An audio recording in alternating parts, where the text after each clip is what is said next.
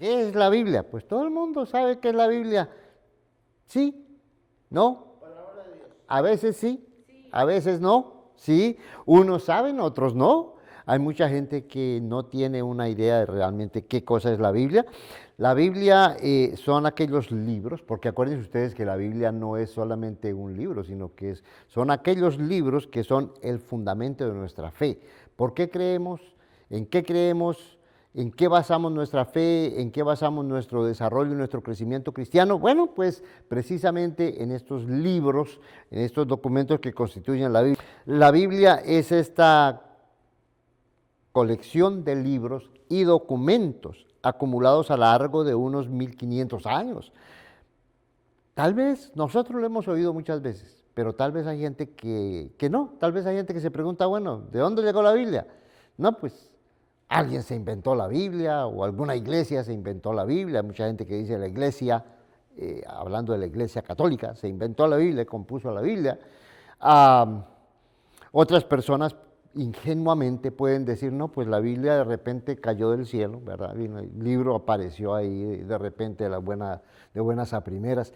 Pero nosotros sabemos que la Biblia es una colección de libros y de documentos, porque nosotros decimos los libros de la Biblia, ¿no? Pero algunos libros de la Biblia encierran documentos, ¿no?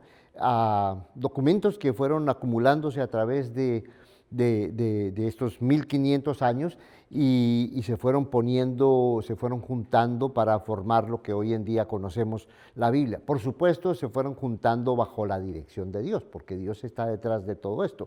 Pero no es un libro que surgió de repente de la noche a la mañana, sino que es esta acumulación, ¿verdad?, de libros y de datos. Aquí tenemos un dibujo que más o menos nos ilustra. Nosotros sabemos la Biblia tiene el Antiguo Testamento, el Nuevo Testamento. En el Antiguo Testamento hay ciertos libros, en el Nuevo Testamento hay otros libros. Algunos de esos libros del Nuevo Testamento son cartas, ¿verdad? Los salmos, por ejemplo, muchos de estos salmos son canciones, son cantos, hay himnos, no todos escritos por la misma persona, pero cantos que se compusieron y que luego se juntaron en lo que hoy conocemos como el libro de los salmos. Hay otro libro que se llama El Cantar de los Cantares, que seguramente también son canciones que se hicieron al amor, al matrimonio, a la pareja, ¿verdad? Y se juntaron y encontramos hoy lo que es el Cantar de los Cantares. Entonces, qué maravilloso ese libro en el cual nosotros basamos nuestra fe. Ese conjunto de libros y documentos en el cual nosotros basamos nuestra fe, ¿no? Ahora, la Biblia, dice el hermano Pablo, primero, claro, la Biblia es palabra de Dios, ¿no? Dice 1 Timoteo 3, 16 al 17, algo que no lo sabemos de memoria: toda escritura es inspirada por Dios y útil para enseñar, para reprender, para corregir, para instruir en justicia, a fin de que el hombre de Dios sea perfecto y equipado o enteramente preparado, dice la Reina Valera, para toda buena obra, ¿no? Toda escritura es inspirada por Dios, toda escritura es palabra de Dios, ¿no? Bueno, ¿qué quiere decir que la Biblia es palabra de Dios? Tenemos que reconocer que hay 4 aspectos que tomar en cuenta. Pongámosle cuidado a estos 4 aspectos relacionados con la Biblia como la palabra de Dios. Por una parte tenemos la revelación soberana de Dios. Por otra parte, tenemos la mediación a través de la cual nos llegó la palabra de Dios. Por otra parte, tenemos la autoridad de esa palabra de Dios y luego tenemos el propósito, la finalidad de la palabra de Dios. No solamente decimos la Biblia es la palabra de Dios, sino que estamos tomando en cuenta estos diferentes aspectos de lo que es la Biblia como palabra de Dios, ¿no? Por ejemplo, veamos en primer lugar la Biblia como revelación. Cuando hablamos de la palabra de Dios como revelación, estamos hablando que Dios decidió darse a conocer. La Biblia es ante todo una revelación de Dios. Dios quiso que sus criaturas lo conociéramos. Dios quiso que los seres humanos lo conociéramos a Él, ¿no? Al Padre, al Hijo y al Espíritu Santo. No es solamente un dictado de mandamientos que Dios desde el cielo dijo, pues sabe qué, hagan esto y esto y esto. No es solamente un dictado de mandamientos, no es solamente un dictado de ideas, ustedes tienen que aceptar esto, tienen que creer esto, sino que más que todo la Biblia es o la Biblia recoge esta revelación de Dios mismo. Dios quiso darse a conocer para poder tener una relación con nosotros. ¿Cómo se dio a conocer Dios? Pues Dios se dio a conocer a través de acciones en la historia, a través de cosas que Dios hizo, no solamente la palabra en sí que se produjo, sino las cosas que Dios hizo. Por ejemplo, Dios se da a conocer porque Él es el creador. ¿Cómo creó Dios las cosas? A través de su creación, Dios se da a conocer. Dice el apóstol Pablo que nosotros conocemos de la sabiduría de Dios, de su eterno poder, de su deidad, por medio de las cosas que Él hizo. Ahora, si leemos el relato bíblico de la creación, podemos conocer mucho acerca de cuál es el propósito, la intención, lo que Dios quiere. Dios se nos está dando a conocer a través de la creación. Pero más adelante, Dios se da a conocer a través de un llamamiento, a través de una intervención específica con una persona que se llama Abraham, con su familia, y de esa familia surge un pueblo y Dios entabla una relación con este pueblo. Estas son cosas que pasaron en la historia, ¿no? Y a través de esos acontecimientos, a través de esa relación de Dios con los patriarcas y luego con el pueblo y de la fidelidad que Dios tuvo, el cumplimiento de las promesas que Dios le hizo a Abraham a través del pueblo, vamos conociendo quién es Dios, cómo es Dios. No solamente la historia que se cuenta, no solamente los mandamientos que están detrás de todo esto, sino los hechos históricos que nos muestran la relación de Dios con su pueblo. Tenemos luego la liberación de Egipto. Eso fue un hecho histórico. Dios sacó a los israelitas de Egipto, ¿no? Los llevó por el desierto, llegaron a la tierra prometida. Y a partir de ahí, la gente conoció a Dios. Los israelitas conocieron mejor a Dios, Moisés conoció mejor a Dios. Más adelante vemos a Dios que interviene corrigiendo a través de los profetas. El pueblo se desvía, se pierde. Vienen los profetas tratando de recolectar al pueblo, de recoger al pueblo otra vez, de decirles van por mal camino, necesitan tomar el camino derecho. O sea, Dios está interviniendo a través de los profetas. Y finalmente, lo mejor de todo, Dios se nos revela encarnándose a través de Jesús, como dice Hebreos 1 al 2, ¿no? En otro tiempo Dios nos habló por los profetas, pues, en verdad, por medio de ángeles, pero en estos últimos días Dios nos ha hablado por medio de Jesucristo, que es la imagen completa de Dios, ¿no? Ahora, ¿cómo se nos manifiesta Dios a través de Jesucristo? Bueno, a través de la vida de Jesús, como esta mañana decíamos, lo que Dios hizo, con quién comió, para dónde fue, dónde nació, cómo habló, cómo trató con la gente. Todo eso es revelación de Dios, es Dios dándose a conocer a través de Jesús. Por supuesto que el aspecto clave de la vida de Jesús es la cruz, que Dios decidió ir a sufrir. Dios no le tuvo miedo al sufrimiento, no le tuvo miedo a la vergüenza, sino que por amor Dios permitió que su Hijo Jesucristo fuera a la cruz y se identificó con todos aquellos que están en la condenación, en el sufrimiento, en el pecado. Muy importante ese gesto de Dios, ¿no? Hoy en día no podemos decir que nosotros amamos a Dios o que conocemos a Dios y hacernos los de la vista gorda, hacernos los desentendidos ante las tragedias humanas, ¿no? La tragedia, la peor de todas las tragedias es el pecado y la condenación, ¿no? No podemos hacernos desentendidos si realmente conocemos a Dios, que se reveló a través de Jesucristo. Y finalmente se reveló a través de la ascensión, cuando Jesús tomó su lugar en el trono de Dios a la diestra del Padre. Entonces, todos estos son hechos, cosas que pasaron, hechos históricos, que son la palabra de Dios, Dios dándose a conocer, revelándose a través de esos hechos históricos. Por supuesto que nosotros no estuvimos presentes en esos hechos históricos, no los vimos, no los experimentamos de alguna manera, ¿verdad? Pero entonces ahí viene la mediación.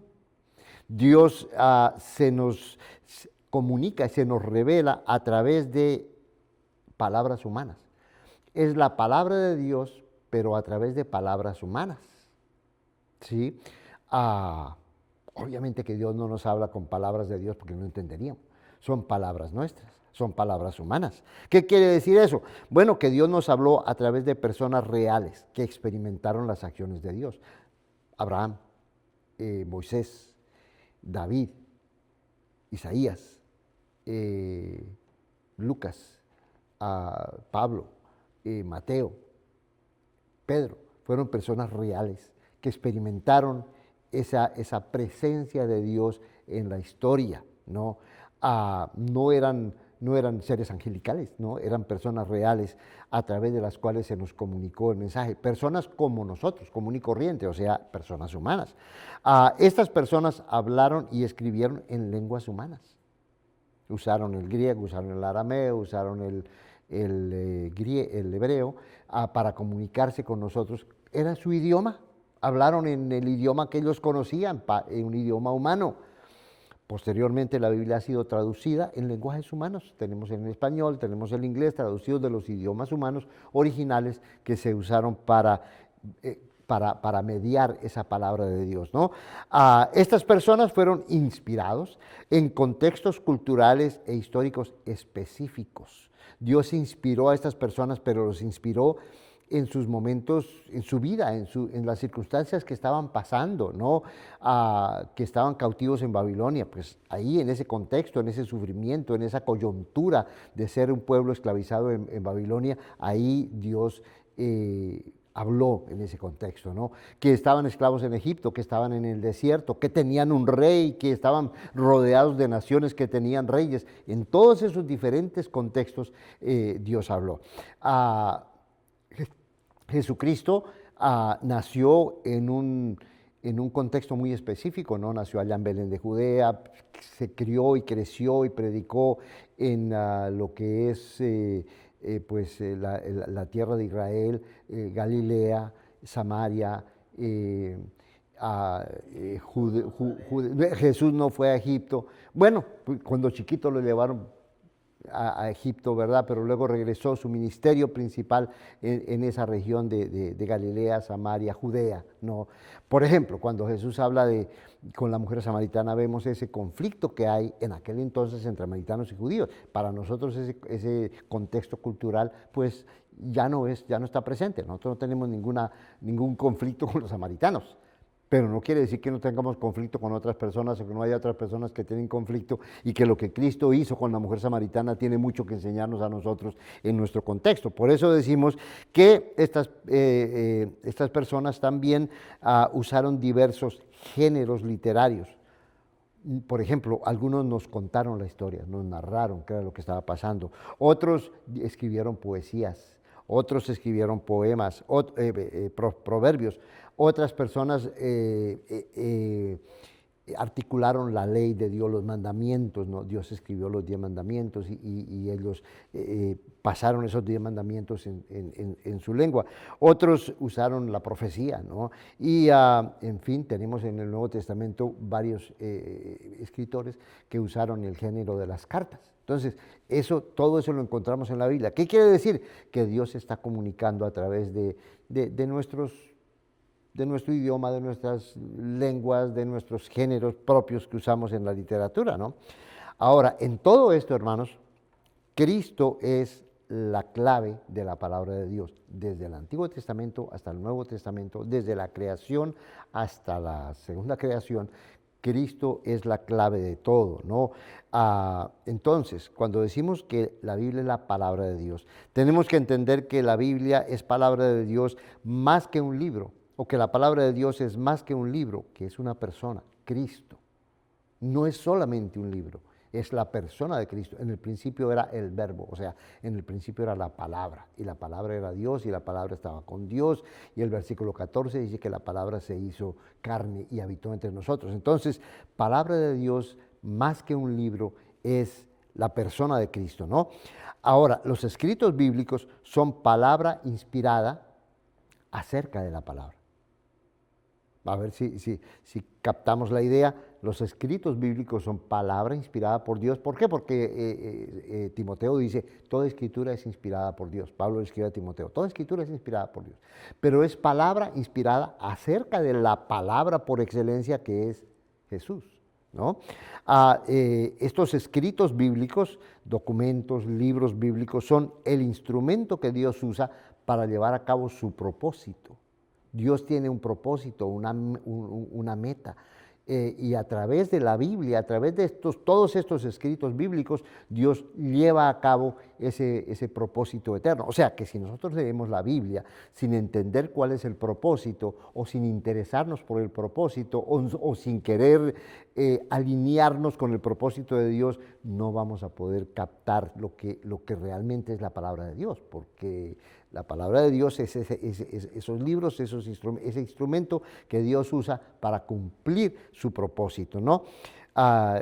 Enseguida, esa palabra son una pauta directriz que apunta más allá de sí misma.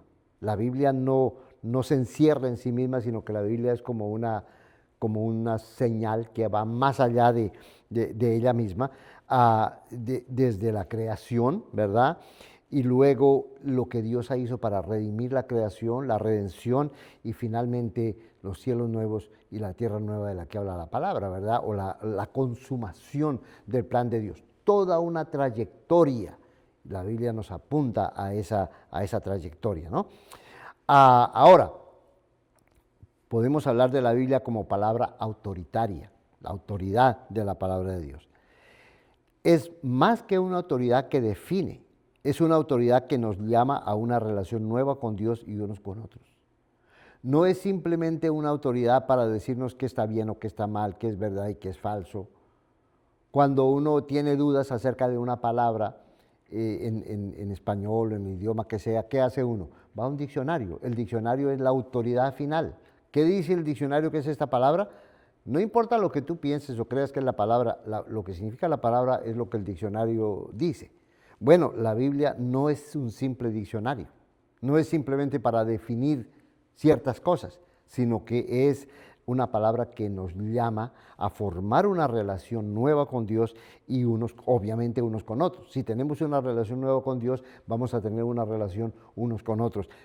Mire que mucha gente dice que cree en la Biblia, que la Biblia es la palabra de Dios, que sabe lo que es la Biblia, pero en la práctica no vemos que estén dejándose llamar para formar esta nueva relación con Dios y esta nueva relación unos con otros. Ahí van a las iglesias, ahí leen la Biblia, ahí creen la Biblia, ahí cargan la Biblia, muestran la Biblia, alegan con la Biblia, pero se pelean con los demás, la relación con otros no corresponde, ¿no?, al llamamiento de Dios, ¿sí? Podemos pensar en lo que ha sucedido a lo largo de la historia, ¿no? Como algunas personas muy religiosas, muy asiduas, muy apegadas a la Biblia, pero haciendo tremendas separaciones y divisiones entre los seres humanos y no entendiendo la relación a la cual Dios nos quiere llamar, de la que hemos hablado, ¿verdad? Ahora, más que una información confiable, sí, la Biblia es información confiable, la Biblia nos provee información. Todas estas cosas que leemos acerca de la historia y todo esto es una información que la Biblia nos da, pero no es solamente información. Más que una información confiable, la Biblia es una palabra que proyecta un horizonte nuevo, misional y esperanzador. ¿Qué quiere decir eso? Que cuando leemos la Biblia nos abrimos al futuro.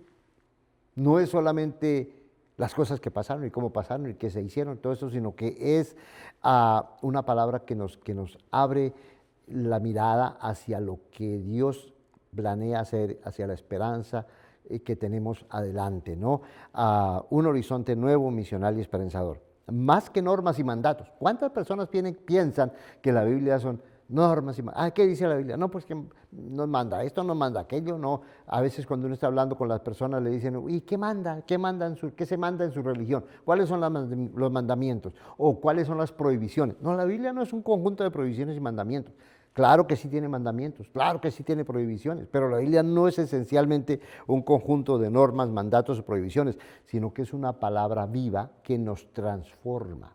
El propósito de la Biblia es transformar al hombre desde adentro. Dice Hebreos 4:12 que es la palabra de Dios, es viva, viva, o sea, no es un libro muerto. Hace 2000 años se escribió y se quedó allá, no, continúa activa, viva, es una palabra viva que penetra, ¿verdad? Una espada de dos filos que penetra hasta lo más profundo del corazón y discierne los pensamientos y las intenciones del corazón. Juan 6:63, las palabras que yo les he hablado son espíritu y son vida. Entonces, no son solamente reglamentos, normas, así como que tú quieres saber cuáles son las normas o los códigos del trabajo, pues ahí hay un código que se llama el Código del Trabajo, ahí lo puedes leer. La Biblia no es eso, no es solamente un código de cosas, sino que es realmente una palabra viva que penetra en nuestro corazón y nos transforma. Entonces, aparentemente no es tan fácil definir lo que es la Biblia, ¿no?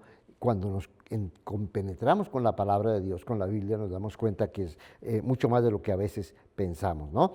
Ahora, la Biblia no solo nos dice qué cosa forma una religión verdadera.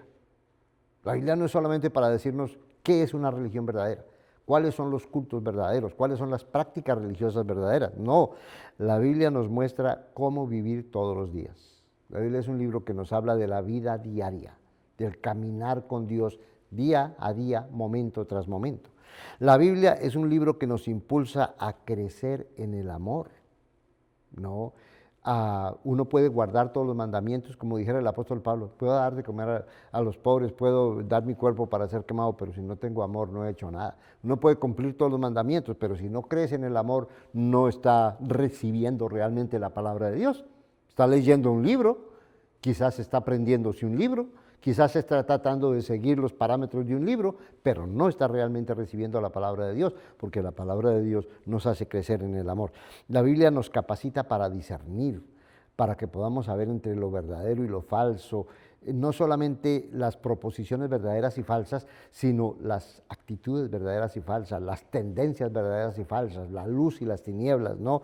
La Biblia, y esta es bien importante, la última, la Biblia nos incluye en el drama de la redención que Dios planeó desde antes de la fundación del mundo. La Biblia nos invita a que participemos en la historia de Dios, nos incluye, nos llama para que seamos actores, para que seamos activos en el propósito, en el plan de Dios, no en un proyecto de una iglesia o de un movimiento, sino en el gran esquema de la redención de Dios, ¿no? La pregunta, por supuesto, es cómo debemos leer la Biblia. Bueno, debemos leer la Biblia con receptividad a la voz de Dios. A través de la Biblia estamos escuchando voz de Dios, no solamente leyendo un texto que se escribió hace 2000 años o 3000 años, sino que debemos leer la Biblia con atención desde nuestro espíritu, con atención para escuchar la voz de Dios que habla a través de la Escritura, a través de los hechos que nos narra la Biblia, ¿no? Por supuesto que debemos leer la Biblia con atención. La Biblia no es cualquier libro para que uno pase medio dormido y medio como que sí está aquí, como que no está acá, leer, sino que debes poner atención a cada palabra, a cada frase, a cada concepto, ¿verdad? A cada narración que nos da la Biblia. Ponle atención porque ahí está lo que Dios nos está comunicando, ¿no? Por supuesto que es importante que tengamos una interpretación responsable de la Biblia, tenemos que ser responsables. No lo primero que se te venga a la cabeza, no puedes leer la Biblia y decir, yo creo que esto es esto. No, sino que tienes que ser responsable. ¿Cómo así responsable? Bueno, tienes que tomar en cuenta, por ejemplo, que lo que fue escrito ahí fue escrito hace muchos años y que hay una distancia entre, por ejemplo, la experiencia del apóstol Pablo y nuestra experiencia hoy en día. No basta con leer lo que dijo el apóstol Pablo, sino que hay la pregunta, bueno, esto que dijo el apóstol Pablo, ¿cómo se aplica hoy en día? ¿Qué tiene que ver lo que el apóstol Pablo dijo allá con lo que nosotros estamos viviendo aquí? Entonces tenemos que hacer una interpretación responsable de la Biblia, ¿no? Hay muchas personas que dicen, no, pues que me soñé, que la Biblia, ¿qué tal? Y es absolutamente irresponsable, ¿no? Estás poniendo tu confianza en una experiencia muy subjetiva que no tiene la validez de la palabra de Dios. Entonces tienes que tener esa responsabilidad, ¿no? Es importante que la escuchemos comunitariamente como cuerpo de Cristo. Somos un cuerpo de Cristo, somos una iglesia. El Señor nos ha llamado a todos a formar una iglesia. No nos dice, bueno, usted se convierte y usted siga allá su vida, y usted se convierte y siga allá su vida, sino que cuando nos convertimos venimos a formar parte de una iglesia. Y en esa iglesia estudiamos la Biblia juntos, pensamos en la Biblia juntos, leemos juntos y entendemos la Biblia juntos. En el momento en que queremos decir, no, a mi manera, ya a mí no me interesa lo que los demás están diciendo, lo que más están pensando, yo nomás lo que yo pienso. No, esa es una forma inadecuada y irresponsable de la Biblia, porque somos llamados en ese cuerpo donde cada uno ha recibido un don especial de Dios, ¿no? Finalmente, y muy importante, necesitamos leer la Biblia con un espíritu de sumisión y apertura al Espíritu Santo. Y sí, la Biblia se escribió hace 2000 años, pero el Espíritu Santo sigue iluminándonos. ¿Qué dice el apóstol Pablo en Efesios 1, 17 al 8? Pide para que tengamos un espíritu de revelación, o sea, para que Dios nos abra el entendimiento. No basta simplemente con leerlo con lo mejor que podamos leerlo y la interpretación más responsable, sino que tenemos que confiar en que el Espíritu Santo nos va a ir abriendo entendimiento para que podamos entender más la palabra de Dios. Ezequiel habla de que, dice Dios, pondré mi espíritu en sus corazones y les enseñaré mis mandamientos. Es a través del Espíritu Santo que nosotros podemos entender y leer mejor la Biblia, ¿no? Ahora, hablemos de los textos y la palabra con mayúscula, ¿no? ¿Cuál es la palabra con mayúscula? Pues Cristo es Dios que se hizo carne en Cristo, ¿no? Hay una relación entre el texto y las realidades que no están escritas. El texto ahí está escrito, ¿no? En alguna manera podemos decir, es material. Tú compras tu Biblia, tienes el libro, ahí lo tienes, es material, lo puedes leer. Si lo estás bajando por internet, igual ahí tienes unos símbolos que son las letras que te permiten leer lo que dice la Biblia, ¿no? Esa es la parte física, pero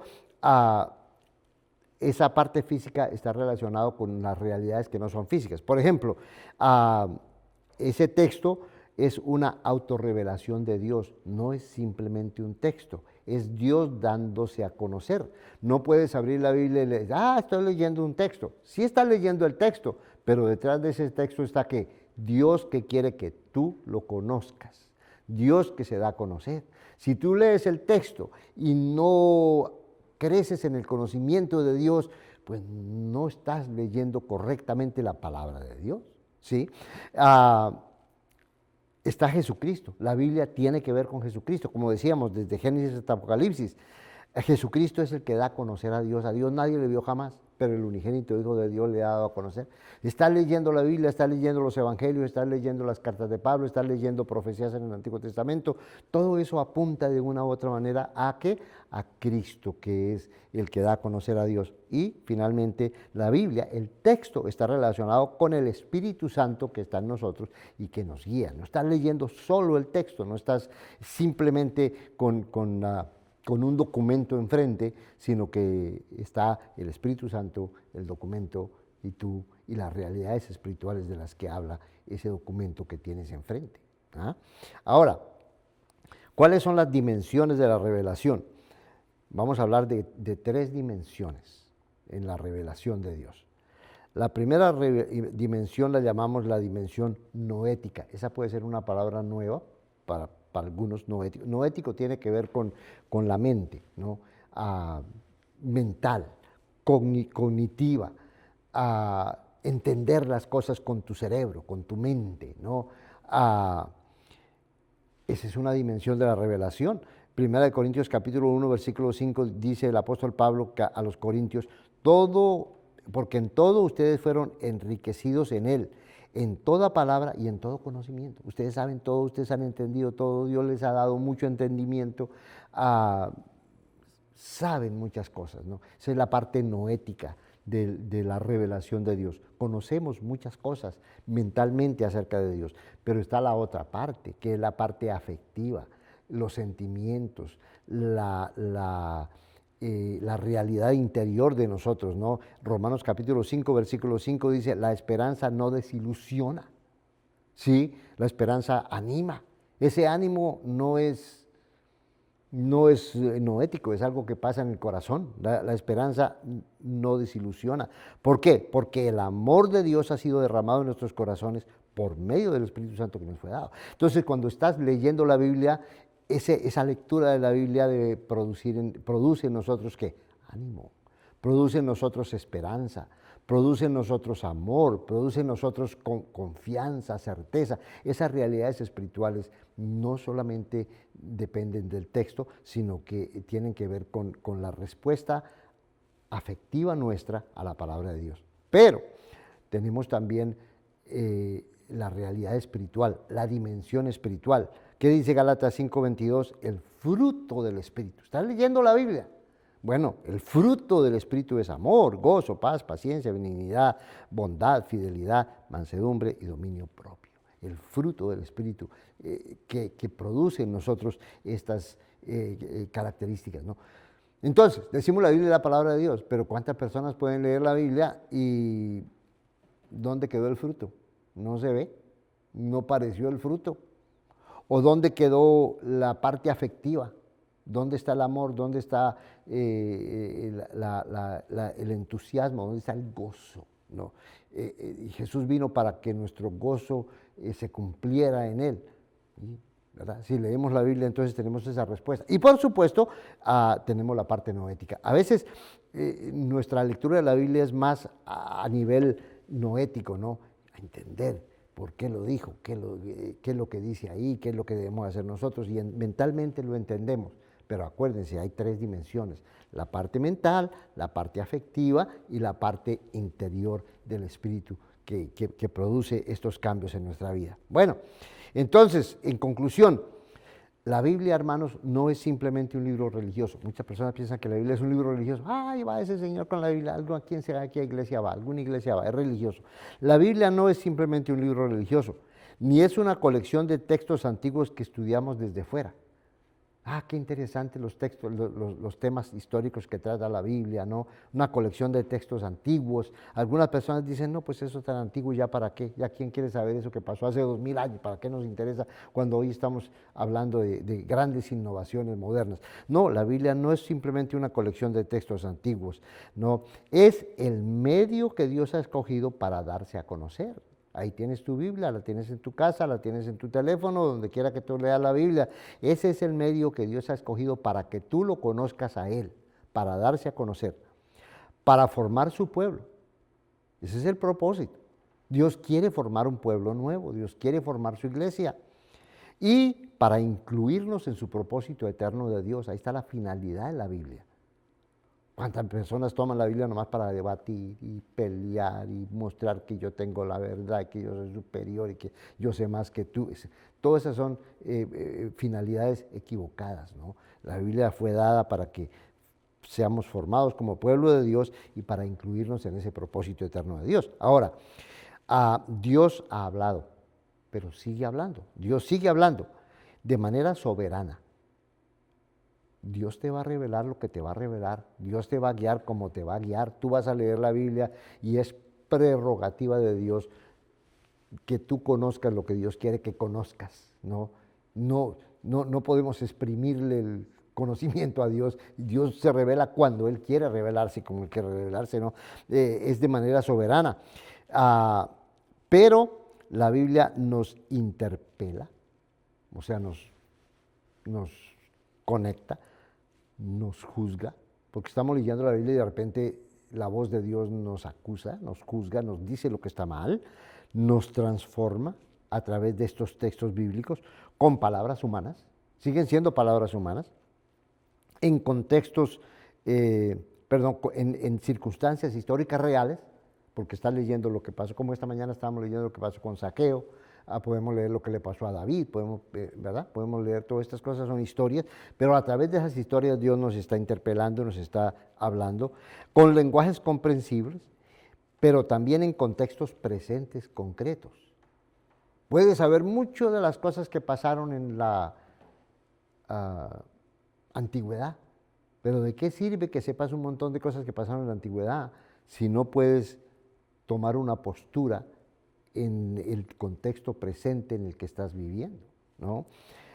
Su espíritu, el Espíritu de Dios, cuando leemos la Biblia, nos une con Jesucristo, nos vincula con Cristo, que es la palabra viva y final.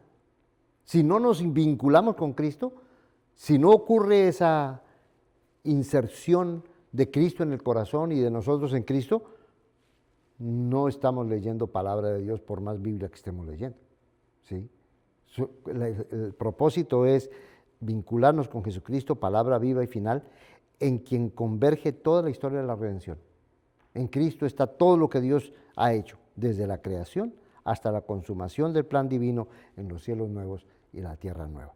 Entonces, eso es lo que decimos que es la Biblia, ese conjunto de documentos y ese conjunto de libros que nosotros consideramos como la base y el fundamento de nuestra fe.